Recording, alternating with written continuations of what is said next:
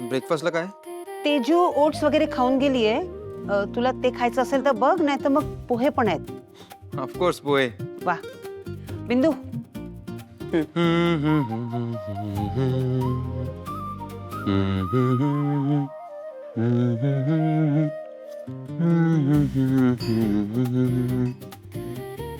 जय, आजकाल तुझ्या चेहऱ्यावर छान मिश्किल स्माइल असते.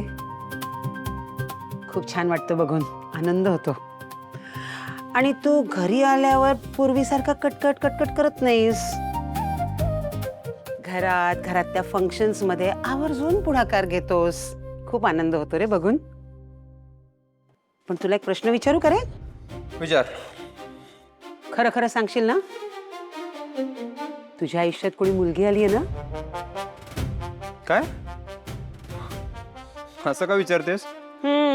खरं सांग मला. कारण तुझ्यामध्ये आहे ना बदल स्पष्ट दिसतायत. आणि माणसात बदल अशाच वेळेला घडतात. आजी तुम्ही एकदम बरोबर बोललात. आणि तेजूची अट पण आहेच ना. आणि मला माहितीये तू तुझ्या भावंडांसाठी काहीही करायला तयार होशील. तू उगाच काही विचार करतेस. नाही रे बाळा, अगदी क्लिअर दिसतंय मला. आणि असलं तर त्यात वाईट काय आहे? चांगलीच गोष्ट आहे ना. आता काय वाचत होतीस तू? संकल्प धरावा, संकल्प सोडून द्यावा. ए तू चुप गा. सांग ना. उगाच चेष्टा करू नकोस. मी काही प्रेमात बिमात पडलो नाहीये. अरे बेटा, तुझ्यापेक्षा खूप जास्त पावसाळे पाहिलेत मी. आणि मी उगाच डायलॉग नाही मारते बर का. आणि मी कधी म्हटलं रे की तू प्रेमात पडलास?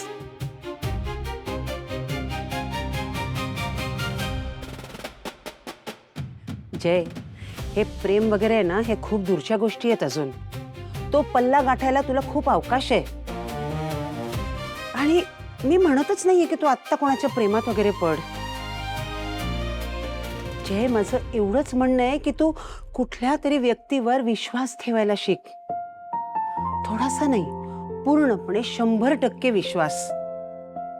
आणि एकदा का तू कोणावर विश्वास ठेवलास ना की पुढच्या सगळ्या गोष्टी अगदी तुला न कळत सहजपणे घडत जातील.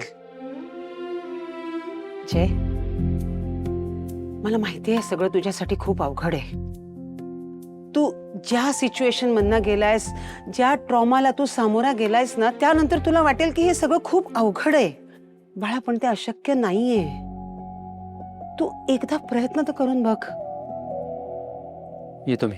अरे पोहे तर खाऊन जा. झालं माझं.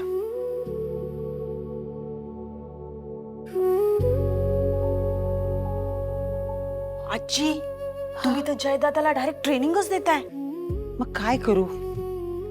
काहीही करून आहे ना, हा मुलगा संसारात पडायलाच हवा. आणि एकदा का असं झालं ना की मग बघ, आपलं हे घर आहे ना आनंदाने न्हाऊन निघेल. पण हे मी माझ्यासाठी नाही म्हणत आहे. मी फक्त माझ्या जयसाठी म्हणते.